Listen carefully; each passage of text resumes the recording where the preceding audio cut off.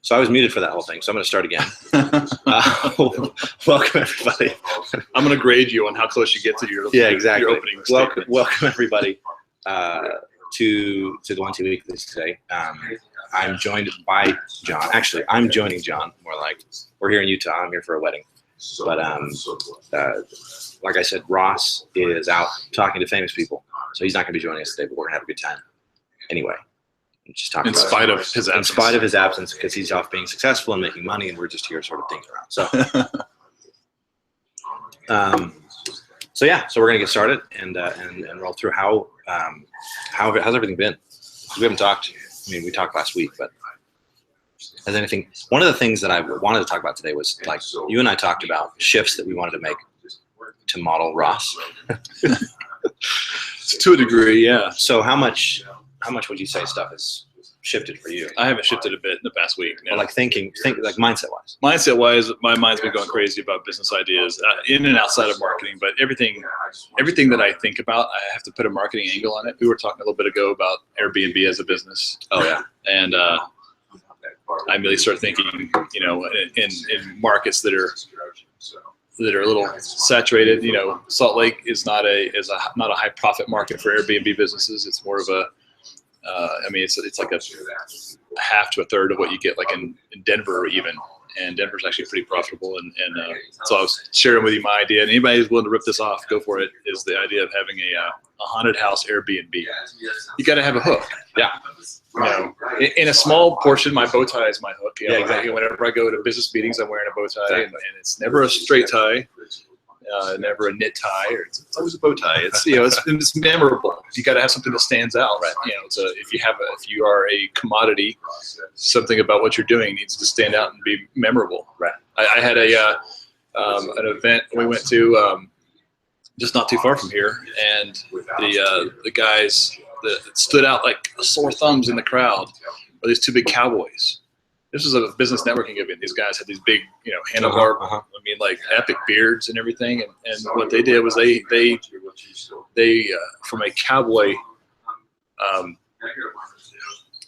concept, not even a concept, but just the cowboy, the framework of being a cowboy and the principles that make up a cowboy. They teach that in a business mindset. Oh yeah. And that's they come dressed up with everything short of having 6 guns on them. Right.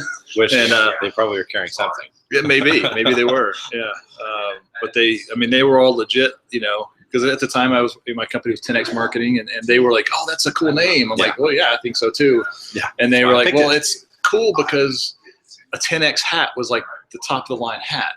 Oh yeah, it was like how much beaver fur or whatever's in the hat that had to do with how many X's it got or whatever. The 10X was the top of the line. He's like, that's a great. That's a niche you didn't even know. I'm like, I had no idea.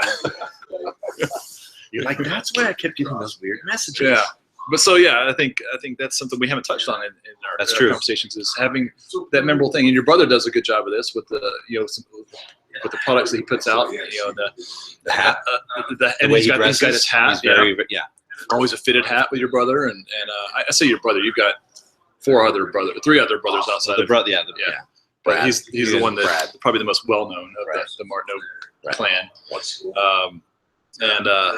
So we find out what that is, and not just it's not just one thing. It's it's easy to figure out the attire thing that stands out, the hat, the bow tie, whatever that is. But if you have in your marketing, that one concise message that sticks. There was a great book, Made to Stick, right? Made to Stick. And who was that? Who wrote those? 2 brothers, right? 2 brothers. I met them in San Fran a bunch of years ago. That's how I got my copy of the book and at a conference. And the stories in there are fantastic. It's a great book. If you haven't read it, absolutely pick it up. It's probably a $12 Amazon book. Yeah. And that's a hardcover probably. So side note real quick. Yeah. I got that book as part of a package because at Icon one year they had a caption this photo contest, and I won it, and they had just books, and I think I won it only because I was like one of 3 people that submitted. Yeah. And I was wittier than those 3 people. and that was it. But anyway, Yeah. continue. Hey, I got a Mophie case one time at Icon. That's right. From somebody. From This guy here. That's because actually that was guy. cheating because I was like, hey, if you come over here now, you're gonna get a Mophie case. Like I posted this and nobody's replying to it. So all you have to do is do that this. Was before Twitter. Like, was it before Twitter went up and then went back down? Yeah, that's right. And so anyway, that's I think a huge part of it. Yeah, they do a good job here. I think that's a huge part of a successful strategy is, I mean, obviously you have to do the right things for the right people, right? But having that message, that system in place that sticks, something that says, memorable thing. I think of some examples. I'm drawing a blank right now. It's important. It's important not just to have. So there's a fine line you can walk between being unique and being gimmicky. Right. Absolutely. Right? So you don't want to cross that line. I think the biggest thing is just you can't come up with your thing. Like it's got to be you. It's got to be like part of the thing that you're actually doing. So the thing that I comes to mind for this, a little more subtle than like the cowboy thing, but like Brad with the hat. I mean, it's not super loud. It's just he always wears a hat, and he's shifted now. He's kind of upped his classiness a little bit because it used to be t-shirt, jeans, and the hat. Right. Now it's jeans, nice collared shirt, untucked with a tie and the hat. That's his new look, and it's because he really wants. It's perfect for him because that's exactly his style. That's who he is. He's like classy, but not ever breaking through to like full on. He's not going to tuck his shirt in ever, except when he goes to church. Like, you're never gonna that's the only time that any. Does he wear hats to church? He didn't wear hats to church. He doesn't wear hats to church. So that church is the only time when any of that stuff shifts. I remember he put a challenge out for people to get a picture of without that. I'd have to be Mormon to pull that off. Exactly. Or just run up behind him and take the hat off. We actually, the rest of us, that same icon, we were like, oh, just follow me. I'll go pull his hat off and then take a picture of it. But so he's a good example. I like Gary Vee. Yeah. But his thing is less like outward and more his like the style of the way he talks. It's his person. It's because when he back to Icon again, he spoke at Icon, and I'm like, Gary Vee headlining at Icon. How long until he drops the F-bomb? Because I know they had to have had a conversation with him about the F-bomb. Maybe not so much on the. And it was like 6 minutes. Yeah, he made it, which I think is a record for him to be on stage without. And by the way, on a side note, we should talk more about him in a bit. But that's another person, somebody who's been at the top of his game, but not the same game. No, yeah. He's shifted and adapted, and like it's the same Gary, but he's always staying relevant.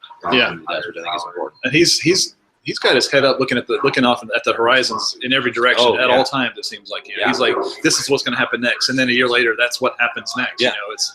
Exactly. I'm pretty sure he predicted the explosion of Pinterest and Instagram and all these things. Yeah. And he probably predicted the downfall. I've got one client who was making, she was in her early 20s at the time, making $20,000 a week doing, just promoting her products through Instagram. And now she's making like $3,000 a week from the same channel because Instagram has changed their stuff. Mm-hmm. It's shifted and the core of what he's been talking about has always been the same. But so it's not necessarily just an outward gimmick. I say gimmick, but I mean like an outward sort of, this is me, this is how I dress, this is what I do. But his message has been the same. He's always been talking about put the customer first, interact with the customer. I mean, since the beginning, he's been talking about if you have a Twitter channel, someone tweets at you, every single tweet gets answered. Yeah. And he's talking about, he answers every single tweet himself. Like He's on his phone. That's when he works. We talked about 18-hour days. Like 6 of those hours are just responding to tweets. And I don't know if people know this, but there's been several days over the past year. I follow him very closely. Several days that he said, he's tweeted out or sent a Snapchat out or on Instagram or whatever. Tweet me your phone number. I'll call you. And he calls people, like all of them. He doesn't talk to them for more than 10 or 15 seconds, but he doesn't have to. And nobody really does. Well, 10 or 15 seconds with Gary Vee, that's like as fast as he talks, that's a good minute. Yeah, exactly. And I think just the connection with him is huge. So that's another one. But then personal connection. Yeah. Personal connection is like his thing. That's like his. Well, I remember at Icon, when he said something on stage, I tweeted that. So that's awesome. And then we were sitting next to each other, and I tweeted something in Russian, and he responded in Russian. That's right. And he, as he's walking off stage, I see him on his phone, and next, a minute later, I didn't even notice at the time because I didn't have notifications turned on because I'm not popular on the Twitters, and so saw him. I'm like, he must have done that when he's walking off stage. Yeah. Yeah. That guy's he's an animal. I have no desire to work as hard as he does. I'll be completely honest. Yeah. Well, I will hustle. But and he says, not that's just the beauty of it too, is that he talks about hustle, not as the hustling itself is not the end game. Like, it's the happiness is the end game. He's like, I'm happy when I'm hustling. Yeah. That's why I do it. If it makes you He's happy. like, if you're not complaining, you don't got to change anything. Like, you're exactly where you should be. He said, my stuff is for people that are complaining about their life. So I think he's another good example of, having a brand, having a niche, and moving forward with it. I mean, even more subtle than that, you look at people like, you look back a bit and you think of people like Steve Jobs, you think of people like Mark Zuckerberg, you think about people like that are not concerned with like appearing a certain way to other people, but rather they have their own persona, they have their own look, and it's not that they're putting it on like to put on a show. Like, if you think of like Lady Gaga, right? That's what we're talking. When we talk about gimmicks, that's like the ultimate gimmick. Now, she sold it. She sold it well, and she stayed in character always, so it worked for her. But we're not rock stars. It's funny, actually. There was a Lady Gaga song on the radio when I was having to pick you up this morning. Oh yeah. I actually I listened to it because it actually reminded me of when I first moved here. It was a popular song on the radio, and that Poker Face. Yeah. I don't ever really choose to listen to pop music that much, but yeah, it was on the radio, and I'm not ashamed to say I listened to it. Yeah, no, that's a good song. So I mean, there's lots of examples, I think, of that whole idea. But I think one of the important things is I've always been on this kick recently of just like being very honest with yourself, like understanding who you are, what you like, what you're not, things, what you're not. Exactly. I want to talk about that as well. Last week's conversation inspired me. I have this whole week. All right. Awesome. So understanding who you are, who you're not, what you can do, what you can't do, what you're good at, what you're not good at, all these different things. When you figure out what it is, not being ashamed of what that is. Like these cowboy guys, like it would have been just as easy for them, and they probably have marketing chops. They could have gotten up, put on the suit, shaved the mustache, not worn a hat, just shown up and be like, yeah, we're the cowboy guys. But they're the cowboy guys. So it's better for them just to be who they are, right? Be who you are. And so, and I think that goes for everybody and everything. Is you can't be, if you find who you are and you find the thing that really drives you, you got to be that. And don't let fear keep you, or shame, or what will people think, or this won't work. Like, these people are a perfect example of the fact that, number one, you're going to get more people talking about you, which is always good. And number two, and probably even more important, is that you are going to attract people that are like you. I mean, this is attraction marketing 101. This is like the beginning of the beginning. Is like, if you know who you are, you put you out there, people that are like you are going to be attracted to that. And there is a market for everything. And it's not always the same person. By the way, one person can be attracted to multiple of these different markets, right? So you go after one guy, and he might also be into, like, you might be into, I don't know, Gothic music or something, and then he might also be into the same stuff that these country guys are saying. Like, the people are weird, right? And people have their own people are strange, specific preferences and things, and so it's easy. You just got to be you, and let the customer sort of come to you. Like, I've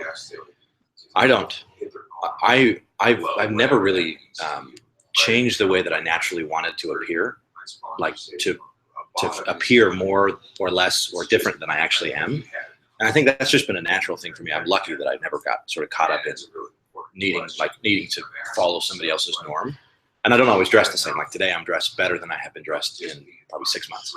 Normally I'm wearing shorts and a tank top because I spend most of my time behind a desk and then I go to the gym. Yeah. But that's like my thing. That's who I am. That's what I do. So I think that's important. Yeah, with me, there's like this duality. If I'm at home, I'm wearing comfy clothes, pants with an elastic waistband, because I'm sitting at my desk all day. It's more comfortable. I'm not thinking about it. And when I go out, though, I'm always, if it's not scalding hot, I'm wearing a nice shirt and a bow tie, and it's But so let me throw this into the works.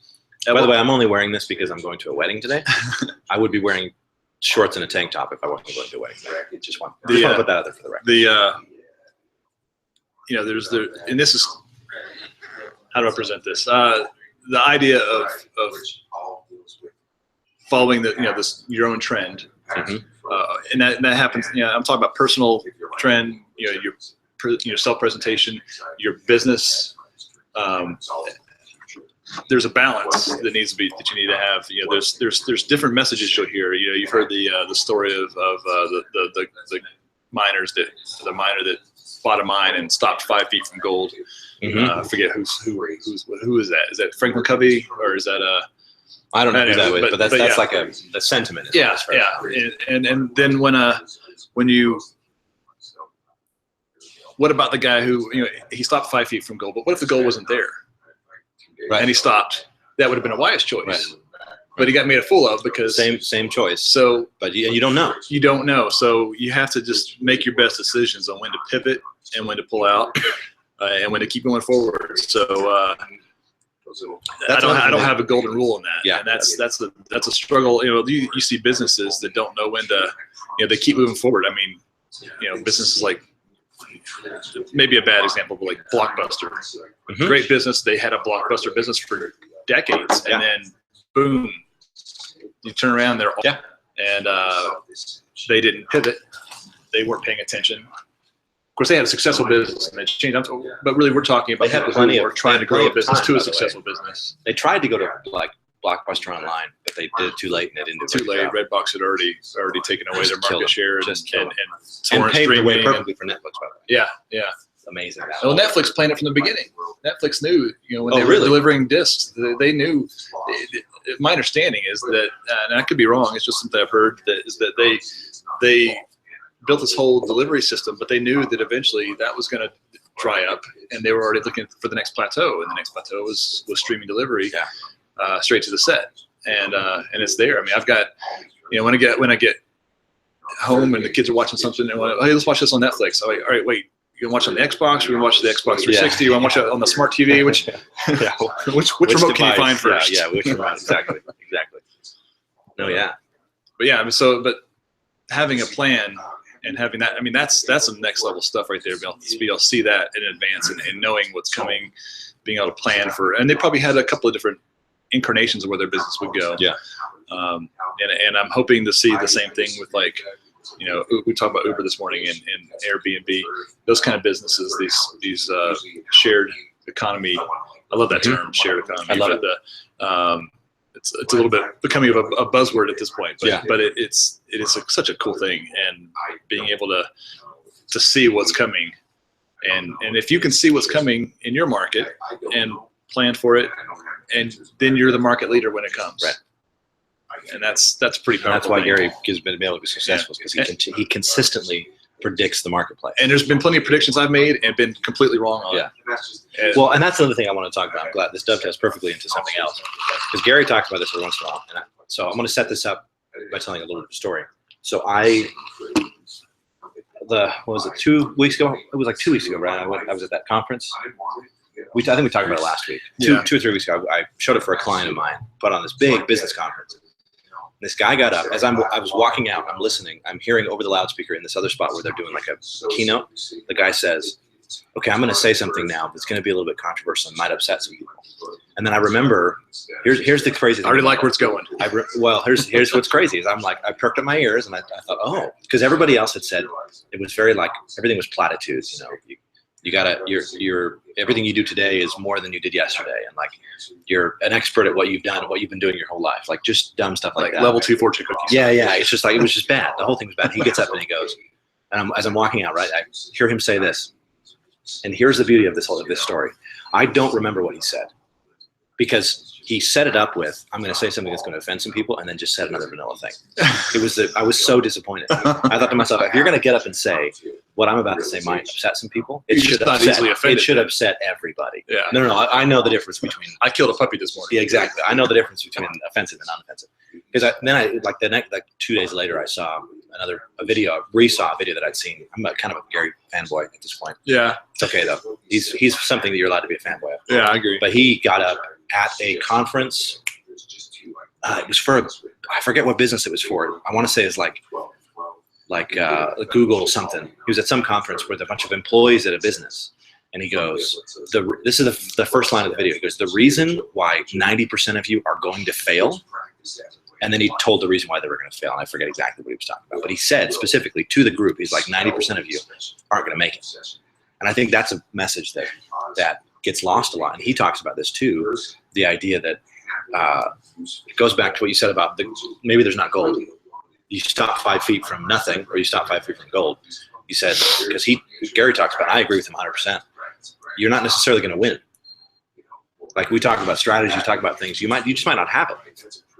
And that's a real thing. And you got to come to grips with that as a possibility. And so if you are one of those people that can seize the market, understands what's happening, you have some success with it, then you have talent for it, you drive through.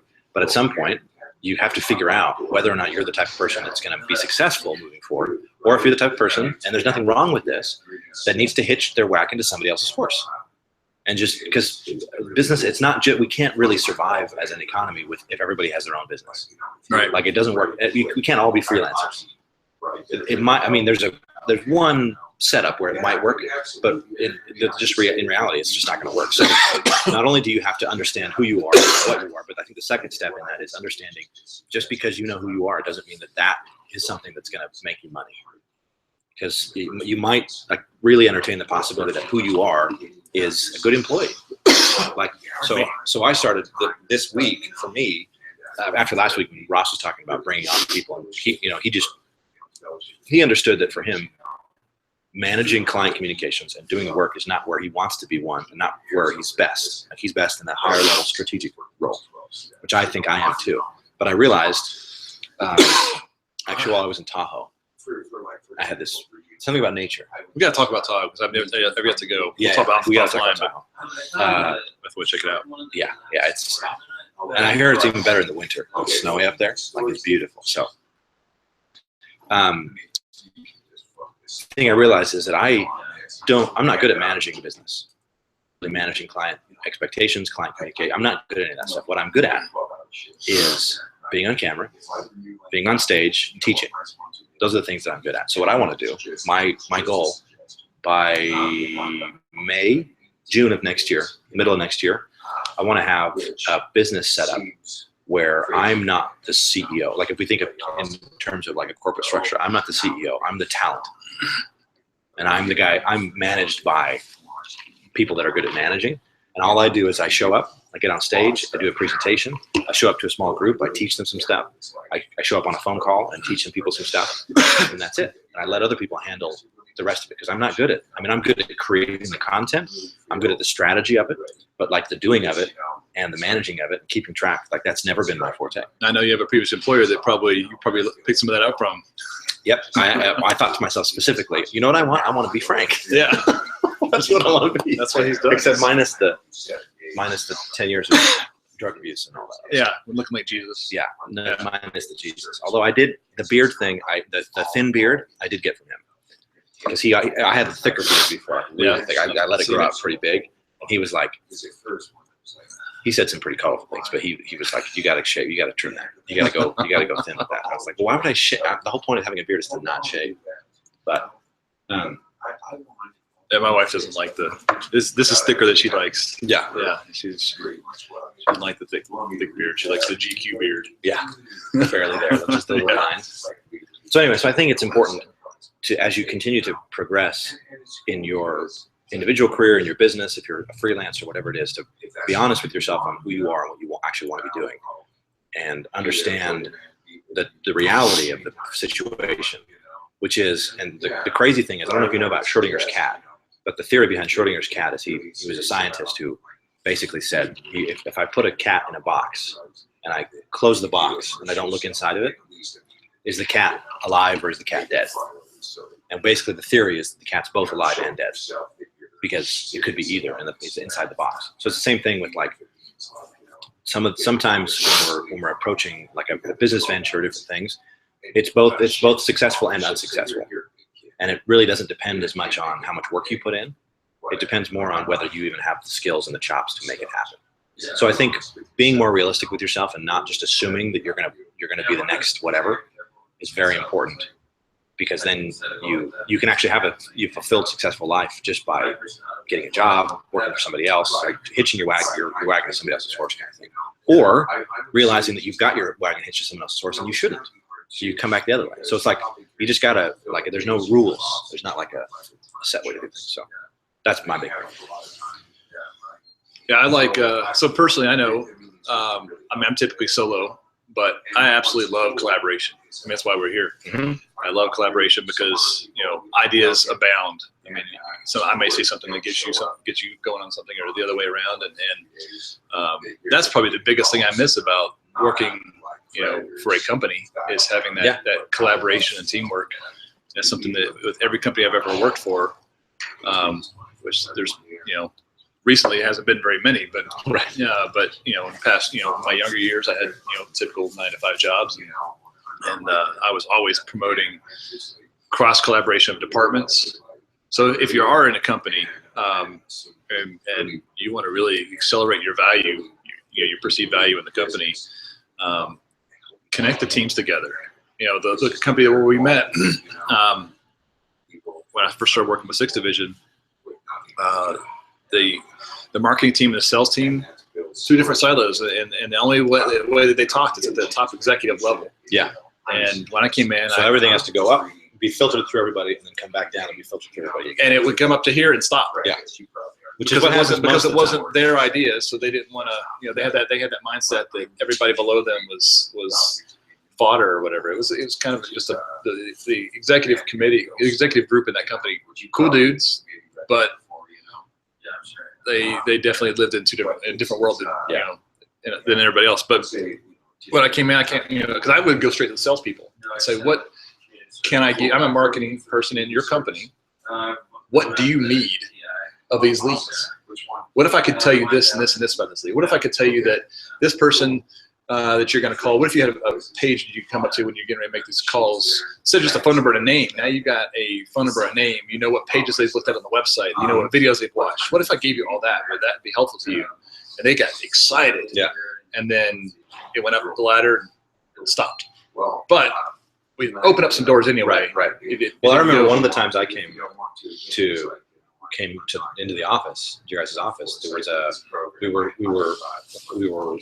going over to work with, I think it was the same sales team, which was a different, if I remember right, it was a different department, but we were helping to bring in, like, just smooth and simplify what they were doing, just by using a note template, which was like, it was amazing to me how much their minds were blown by such a simple fix. Yeah. It was like, this takes 2 seconds to set up. Yeah. And it's going to save you hours in the long run. And that team was fairly effective before we, you know, got them tied into Infusionsoft, and incredibly effective after that at retaining customers, or if customers were just going to quit, you know, they do a thing, you know, how about this payment, you know, just one more payment and we'll give you lifetime access, that kind of stuff. And, you know, still boosting our profit margins, right, with that one team of 3 people. Yeah. And I remember that meeting. It's funny how, because it's just like you say, like, people get so siloed into their teams and they kind of do their work. And when you realize that you have all these resources at your disposal under the same roof, it can, like, their eyes just, I remember it was the same sort of experience. They were just like, what? I just have to click one button. Yeah. And then it was, you know, that sort of collaboration, I think, is important. And you talk about teaching. That's one of my favorite moments, is when I'm helping somebody with Infusionsoft. You know, I've got some people, you know, that we get, you know, me and Ross, I say me and Ross and I, really Ross hosts the user group, because I'm not a certified partner. So, but it used to be the 3 of us, me and the other business partner. And we would have these moments where somebody was just, a light would say something, you know, and when you do this in Infusionsoft, and they're like, wait, you could do that, and the lights would just go off, and they're like, just excitement and like sheer, like, it being exciting about marketing and the power of the tools that you have, and those are some of my favorite moments. Teaching, you know, when I taught college, or when I'm teaching people about Infusionsoft, it's just an amazing experience. Yeah. That's something that excites me. You know what we need to do? An idea has been born. All right. In my head. You started talking about collaboration and how you like to collaborate. I also like to collaborate. I like to teach. You like to teach, right? So we have a lot of stuff in common. What I think we should do is, you and me and Ross, and we get a couple other people, we should do like a monthly or every other month. We should combine our marketing and expertise resources and, like, put on events. Yeah, that'd be fun. Like, because I'm happy to fly up here once every other month, or have you guys come down to San Diego once every other month. Just like get a bunch of people. I would much rather go to San Diego. I'm sure that both of you would rather go to San Diego. I know Ross loves that. She loves to come to San Diego. But I think it'd be fun to bring people out and do it, make it, you know, mostly just educational. Just teach people basics of Infusionsoft, teach people some marketing principles, and it could be like a 2-day we could have a couple, maybe not a couple of tracks, but we could like all three of us have enough expertise that we could put on a pretty, I think a pretty successful event, and those are incredibly profitable if you do them right. Yeah. And we could just split the revenue based on who's putting. I mean, I would imagine we're going to talk about Ross even though he's not here. I would imagine Ross has more resources from a marketing perspective to get people there than we do, being certified and all. Yeah. Because I'm not certified. I thought you got certified. I did. I was certified when I was with Frank because they paid for it. Oh, okay. I got you. I talked to Clay, and I'm excited about what he's doing with this program. So I kind of, in the back of my head, I kind of want to get recertified, but I also don't want to spend $1,500. Yeah. Or take a test. I asked Ross about it. I said, Ross, what is because I was considering doing it. Finally, I'm like, I've been thinking about this for years, and I don't know if it's going to benefit me or not. I said, Ross, what have you gotten out of it? He goes, not. I'm not going to say what he said, but it wasn't. He's a good Mormon boy, so it wasn't terribly bad. But not much. Yeah. Yeah, I mean, we keep hearing things. We talked to, we had a Infusionsoft gal team came over to Thanksgiving Point a few weeks ago. Oh, to the Grow Social office. It was just in a meeting space kind of thing. It was an event for they brought in people that were either just starting with Infusionsoft or were on the fence about it, and they brought in the ICPs. I hate using that phrase. It makes me think of juggalos. But the Infusionsoft certified partners, right? And brought them all together, and I went down there with Ross for that. But then I was talking to the gal Lindsay who's with Infusionsoft about like, here's my complaints. You know, user groups aren't very well supported. You go to the HubSpot user group, and there's over 100 people every time. It's catered and everything, and Infusionsoft gets 8 to 15 people at their user groups. And I know there's more Infusionsoft users out here than HubSpot. Well, and they don't do the Infusionsoft doesn't do very well. Part of the problem is that we don't need to go on Infusionsoft. My point is, she mentioned that it's all there's some shifting going on. There may be some changes. So that's when I talked to Clay specifically too. It was amazing. So that video, you watched the video that I did about Infusionsoft partners being yes, bunch of pussies or whatever you say. Bitches, yeah, that's what I said. I tried to keep my language to just that because I so just wanted to start the video just with one long string of cuss words. But I talked about how when I talked to Clay about the partner program, like he nailed it right on the head. He comes, so we're at my sister's house. He comes over. He's like, "Hey, how's everything going?" And I'm talking to him just about my business and things are going well. And he goes, "So how have things been with the partner program?" Like he wanted to talk about the partner program because he'd been investing a lot of his own personal time in figuring it out. And I go, "Oh, it's good. Like it's a good program. Like there's a little bit of training. There's a little bit of collaboration and like you get to meet some people, but there's definitely holes. And the biggest one that I always pointed out is that Infusionsoft spends a bunch of money on marketing to try and drive leads into their sales program. But they have terrible retention when people go straight from like cold marketing to a salesperson, then to Infusionsoft support or to a Kickstart. And I said, what you should do is take some of the money that you're putting into marketing and market for your partners, like give the money back to the partners in some way. Yeah. Because they got a huge marketing budget. Shift that money back and then give the partners access to the sales team. Because not everybody has a salesperson. Right. We had a salesperson. When I was with Frank and I talked to Clay, he said, this is still true. We had the best sales to retention ratio in Infusionsoft history. We were I think we were number 6 or number 7 in the year I was there. We were number 6 or number 7 in overall partner sales, but we had the best retention. And it was because when a client comes through and buys from a partner, they're buying something. They're not just buying an app. They're buying a system. They're buying the partner, right? The partner then is naturally on the hook for the follow-up. So Infusionsoft doesn't have to worry about it. We were lucky enough to have a salesperson, which helped a lot. So anyway, I talked about this with him. He's like, this is perfect because he'd spent a bunch of time talking to partners, figuring out what he wanted to do. And those are essentially the changes that he wanted to make. Right. So they're giving partners access to a dedicated sales rep at Infusionsoft. You still get credit for the sale, but you have a salesperson that will make the sale for you. And then they're diverting more money into training for partners, giving them like business training, because a lot of the certified partners are really good with Infusionsoft, not so much with business. And the certification, you've never been certified? No. Okay, so the certification, the week that you go out and spend there getting certified is like 1% Infusionsoft training and 99% sales training and like chit chat, which is, I don't mind chit chat. I don't mind sales training, but to be a certified partner, like certification means I know how to use the system. If you want to be a sales partner, like a referral partner, you want to do training for that, partner. That's different. That's a different setup. I've received no training on that. I mean, they send me some emails every now and then about here's your thing so to say. But the key is they're making strides. They're making changes with that, which I think is huge. It's going to be awesome. But yeah, there's no the difference between. In fact, I actually make more money now not being certified than I did before. Right. So, but that stuff is shifting. So anyway, I think it'd be cool to set some of that stuff up. I think he would probably be able to bring in and provide most of the marketing aspect of it. You and I can provide more of the education. I mean, that's my expert. That's what I would bring is I could be on stage for 2 days straight, just teach. See, I see more value right now in becoming certified in like Membarium, which has a certification program now. Plus this has one now too. Plus this, Fix Your Funnel.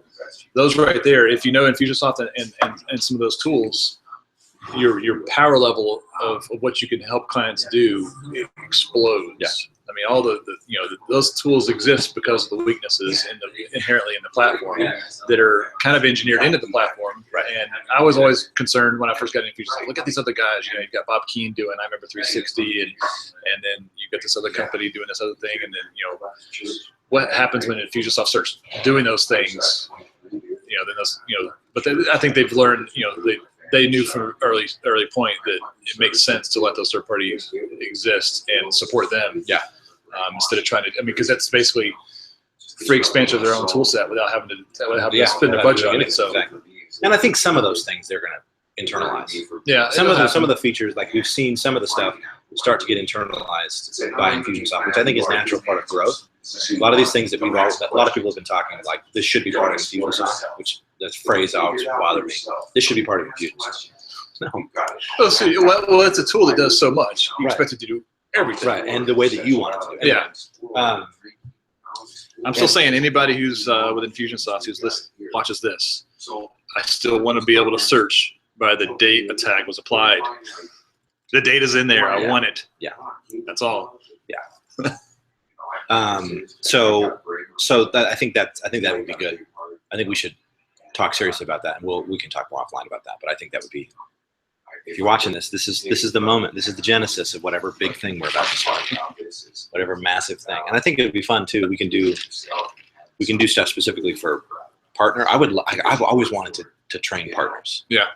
Like it could be like a supplement to the certification. And if we were to do that, what I would love to do is complete. So I think I'm allowed to say this now. If not, I might get in trouble. Whatever. I'm excited for this, whatever this is. So we were in this. I don't think this is uncommon news. I think most people know about this. But when I was at 6th Division, we were in pretty serious talks with Infusionsoft to get bought. Mm-hmm. They wanted us to take over their training team, like the partner training and the new user training stuff. We talked very seriously, and it just came down to numbers. That was why they didn't end up making didn't go through. But I've always wanted to sit in that spot, like right after someone buys, right after someone gets certified, and I want to be like the first thing that they see, the first person they talk to. When I was trying to pivot at one point, a couple years ago, I was trying to figure out, all right, let's figure out some business models. What I love teaching. What can I do? One of them was that I would be the $500 Kickstart guy. I would partner with big partners and say, listen, you guys sell it. I'll fulfill if you're good at selling, I'll fulfill the Kickstart. You pay me $500, you get whatever the difference. You get the difference, and you don't have to do anything to get that difference. And you can go and sell more apps. Yeah. And so that was one of my ideas. It wasn't scalable or anything. That's the reason I didn't go with it. But that's, it could be done for, I could still be profitable if I could do those, for 500. Yeah. And I mean that's something. This whole idea about, so we talk about today. We've talked about the shared economy. The whole like everything's is shared, and I think that expands in an interesting way to like freelancers like you and I sharing resources between each. Like we don't want to form a company, right? We don't want to like join somebody else's company, but there are some interesting opportunities for the two of us still to work together. You know what I mean? And for us to team up with other teams. That's when they're talking about doing this events. Yeah. And I think that there is something to be said for that idea. I mean, you think about the marketing dollars and the sales dollars that Ross has, or anybody in Ross's position. 6 Division is the same thing. Frank actually still the same thing. By the way, I don't know. Did I say about this? Frank, so he let me go because he was shutting down the services side of the business. Yeah. And they just reopened it. Yeah. I did hear that. Yeah. Hilarious. But so people like that who have the money to put in for the marketing, but not necessarily the expertise, resource capital to fulfill on it. Like there's nothing that says that you and I can't diversify our portfolio a little bit by adding that as a line item in the business. I'll do 3 or 4 $500 kickstarts. It takes you a day and a half, if that, to actually do the work. It's $500. That's especially if you build a system around it. You build that system, and so the person who's getting the system knows exactly what they're going to get. So when you delivered it, they say, okay, you've met all these criteria that you said you were going to do at the beginning. Yep. That was the biggest part. The only way to make that work is to really systematize. Systematize, is that the right word? Systematize, yeah. Yeah, okay. Felt weird to say it. But yeah, and so figuring out the system and sticking to the system. So otherwise, scope creep and everything, just, you end up chasing things that aren't profitable. Yeah. When you get into, and that's something that I've been wanting to get more into. If I'm going to do services long term, I want it to be that type of thing where it's like I know exactly what I'm doing. The client knows exactly what I'm doing. There's a clear beginning and end. You just do it and it's done. You get paid. It's over. Yeah. You know what I mean? The long term stuff is I can handle one maybe 2 long term clients at a time, but I really don't like them. Like the last good relationship I had with a long-term client was actually you and the company you're working for. Yeah. Everything since then has just been like, it's just drag and it's feature creep and it just doesn't work out as well. I like the turnover. I like working with someone and then being done because I can show up and do the work and then make it and then be done. So that's kind of why I like events too. So you just kind of show up, get on stage, do your thing, and then leave. See, I like the long-term relationship. See, this is partnership opportunities right here. I like the long-term relationship. I like to be able to help people because I'm not. This does not be bragging at all, but my knowledge is broad and wide. I mean, it's not the right phrase, but broad and deep. Broad and deep. Yeah, that's right. I'm not like the laser focused expert on Facebook ads, or I'm not. I know how to do all these things. And when it's something if something's beyond my skill set, I know to contract that part out. Yeah. If it's something absolutely, you have to nail this 100%. And so that's where I sit in all of it. And I like to help people from the beginning to the end. I've got the one client, and Sophie Gray is her name, and we've got the part. We've launched a new product. We've launched a new membership center that I built.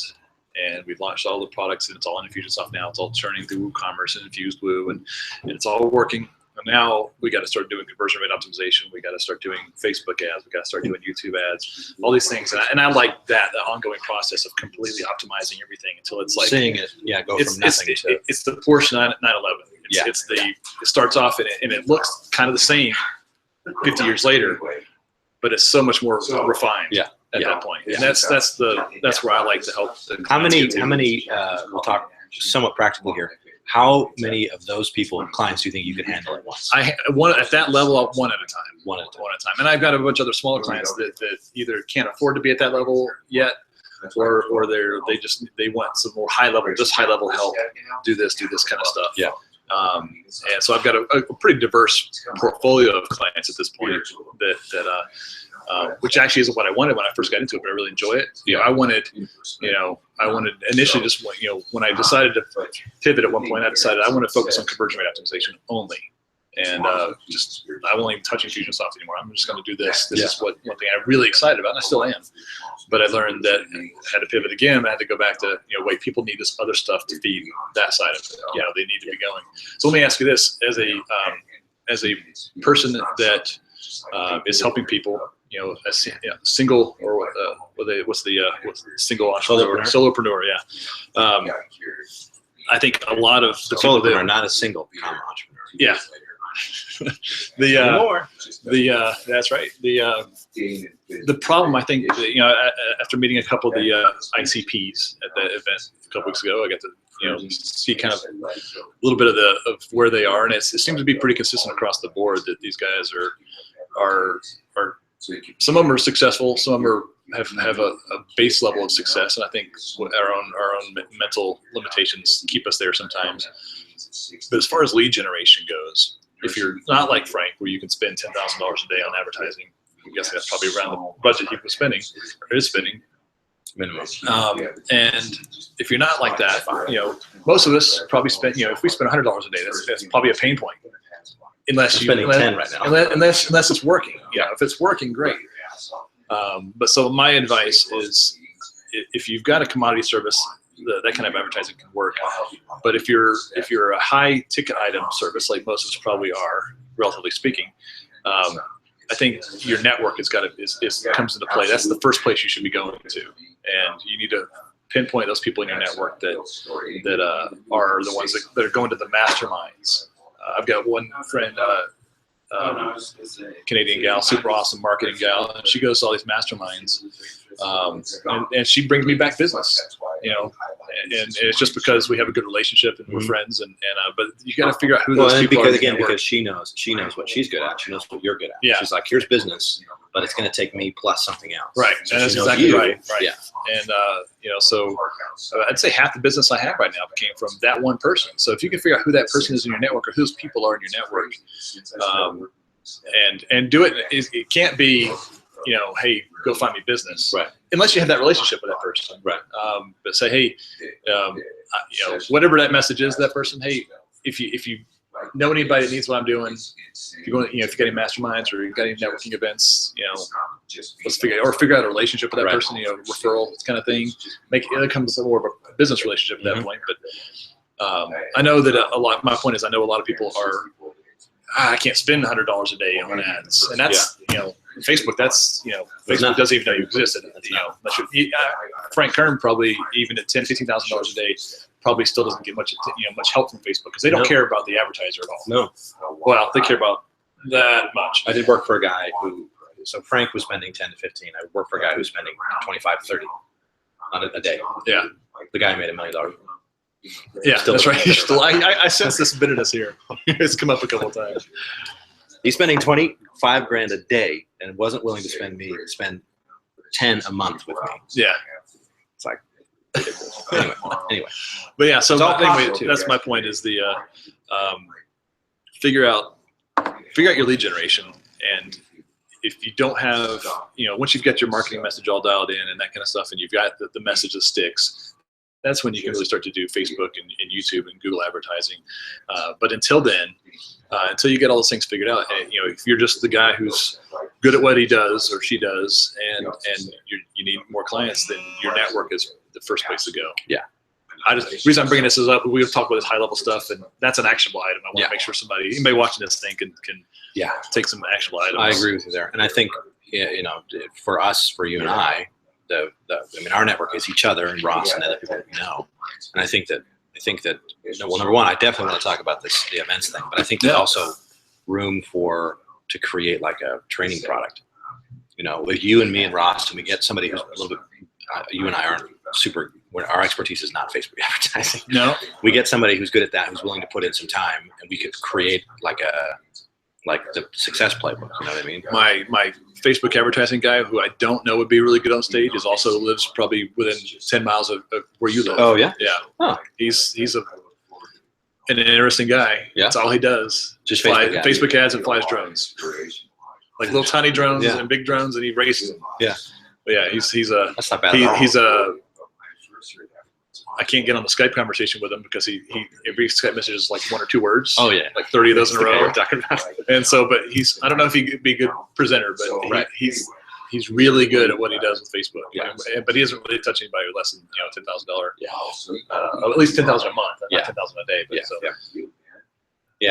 I think that would be really cool. as far as collaboration and stuff. So, but yeah, no, I think it's been good. I mean, the whole idea of figuring out that it all has to come back to like your base, like who are you? You know, what is it that you want? And then figuring out where you're going to go from there. And then it's just a matter of not overthinking and, you know, you just got to navigate the world of business, I think, a little bit more intelligently and not, my biggest thing is that we talk about all these high level things just like you're talking about. We can get stuck in the high level.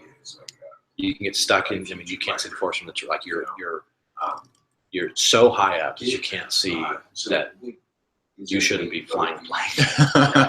You know what I mean? And sometimes when you're sitting, I mean, think about it. If you've got a plane in the air, you could take the wheel of a plane in the air. I think anybody could take the wheel of a plane in the air, take the stick, and be okay when it's in the air. But and then think that you're a pilot. I think that's the key. I've done that actually. Take the stick. I've never landed or taken off, but I've flown a plane. And when you get up there, you're like, oh wow, like it could be very easy for you to get in your head, I'm a pilot because I'm flying a plane that's already in the air. But when it comes down to it, being a pilot is like that's like 1% of being a pilot. Yeah, is this little piece, and so that's the easy part. It's the easy part, and it's very easy for us to get stuck in the high level and just thinking and sharing videos and doing all this stuff and just being live on Facebook. So I think it's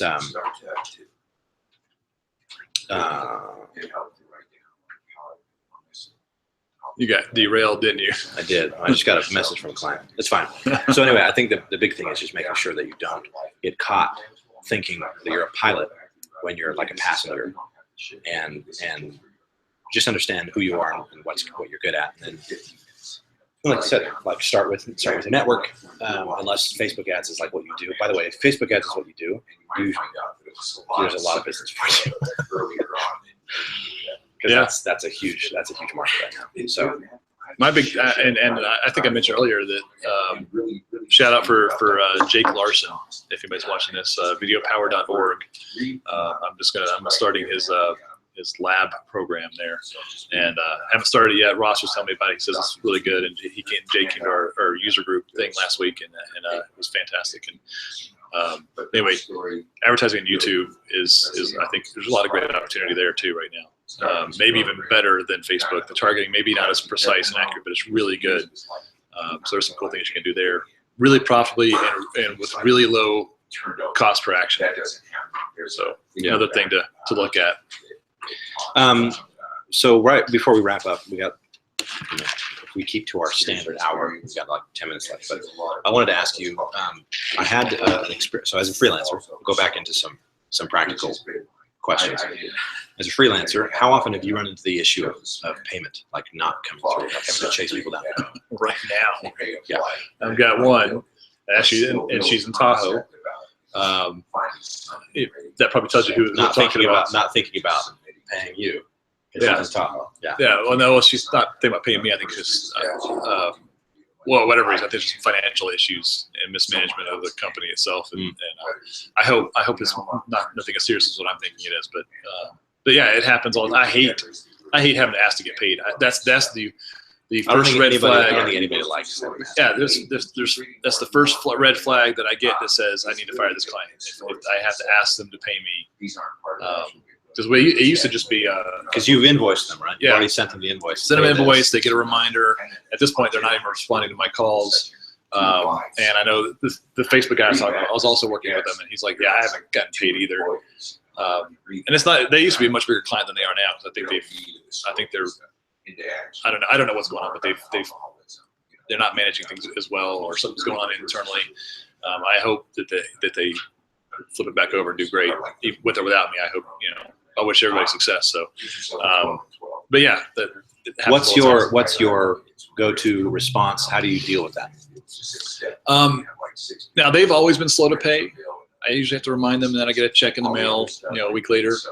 This is something different going on right now, and so my response in this case, I've made a lot of money on these guys, and I've helped them make a lot of money, so I'm not too upset about it. But I don't take legal action they've become a smaller client than they used to be, so the amount that they owe me now is not that great.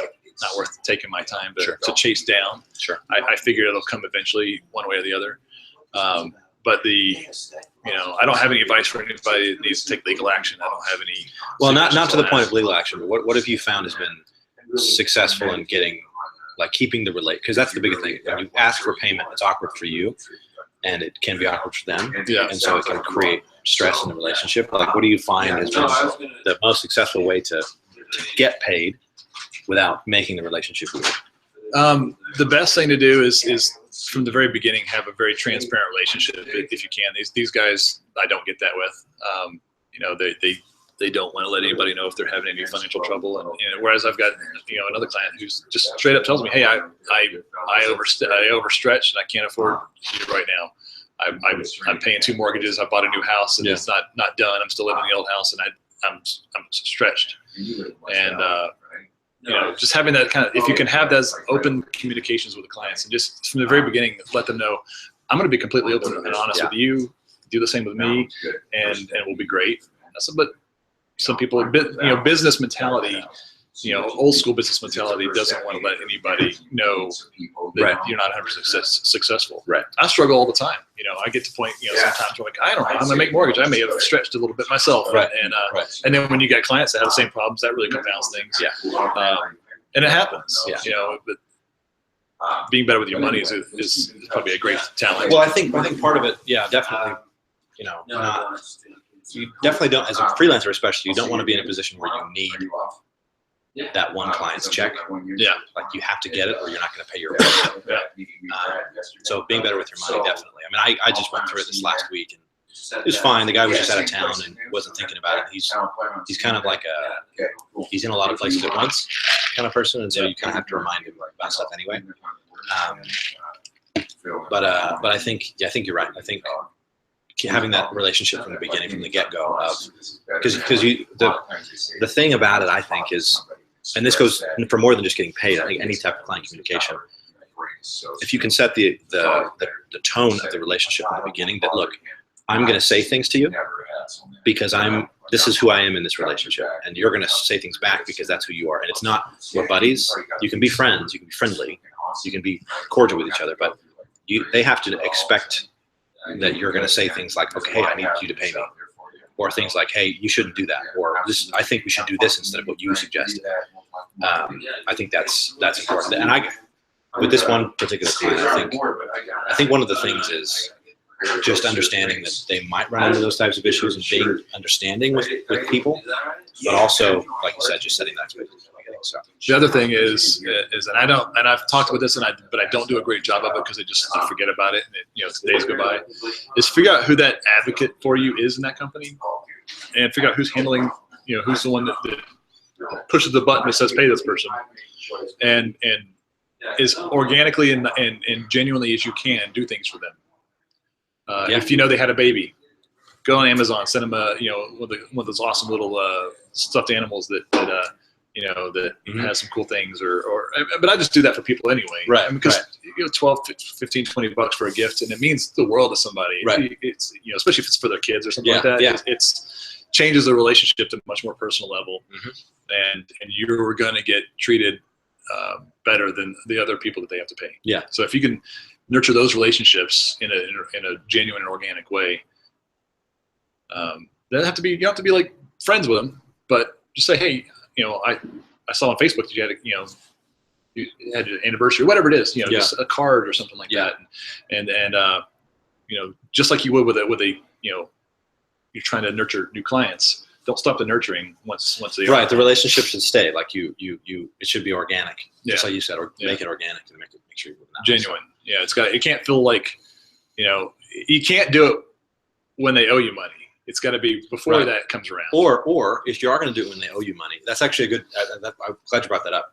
Think about. So I just had this conversation with this guy, and like the communication increases, like the frequency of how often you communicate with them, trying to like passive aggressively like remind them that you're there and they haven't paid you, all this kind of stuff. That stuff is fine, but only if you always communicate with them that way. Yeah. And then the funny thing is, if you always communicate with your clients as if they owed you money and they were 2 weeks late on paying you, they would actually be happier with you because you're actually communicating more to them about what's happening and like the progress of things. And they're never in the dark. They're never questioning what's happening. And usually when they're more happy with you, I mean, statistically, they're more likely just to pay anyway. So I think that's good. That was just something that came up because that's a practical thing that freelancers run into all the time. All the time. Cool. Well, and then we'll wrap it up for today is in my quest to discover what I'm good at, what I want to be doing. I discovered there's this company called 17 Hats, which if you're a freelancer, you should at least check them out. They're an online software that was built for entrepreneurs, like solopreneurs, freelancers. Yeah, because you wear 17 hats, right? So it's basically you can track invoices there, you can track time, you set up your different clients, you can actually collect leads in there. It's kind of like a mini Infusionsoft, right, without marketing automation. But they do have some like life cycle things you can do where like you have to interact with it more. But one service that I discovered that they have is a management service. They will basically become your management, your bookkeeping, and your client service team. Pay like $1,000 a month, and you got a team. So probably I'm going to try them out in the next couple of months. Probably not this month, but maybe in the next couple of months once I get some marketing going. And I think it's going to be interesting to dive in. I mean, it's funny. We talk about different services and there's different types of things that you're good at. And my original thought was, I'll spend just a percentage of my revenue getting some grunt workers off of Elance or whatever it's now, Upwork, and then getting somebody for 20 hours a week to do client communications.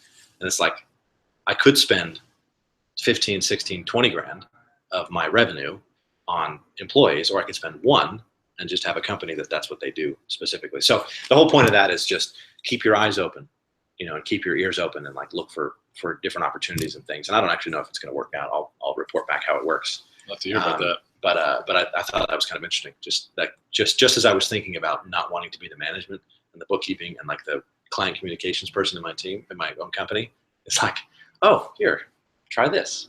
So we'll try that out. And so just on that note, I gave a presentation to some schools on occasion, and it's called Don't Be a Robot, and You're in a Robot Factory. And one of the things I tell them is figure out how you can take people's pain away. Take people's pain away in a way that allows them to be more profitable or be better at what they do. Mm-hmm.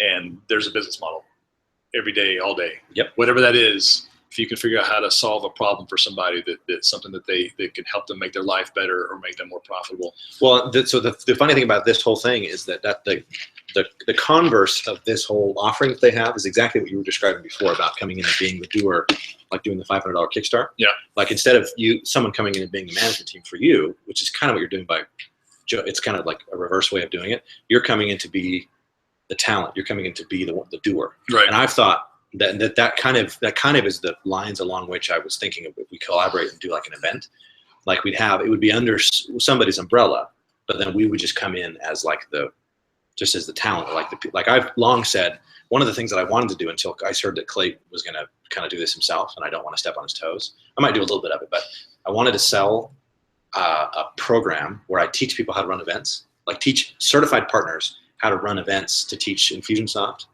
and then offer them the chance to have me actually come out and teach at one of their events. Right. So it basically is, I'll teach you how to run the event, use your marketing dollars and your salespeople to fill the event, and I'll come out and then do most of the teaching for it, and like actually put it on like the first one of them for you. Right. And then you can take it from there, kind of thing.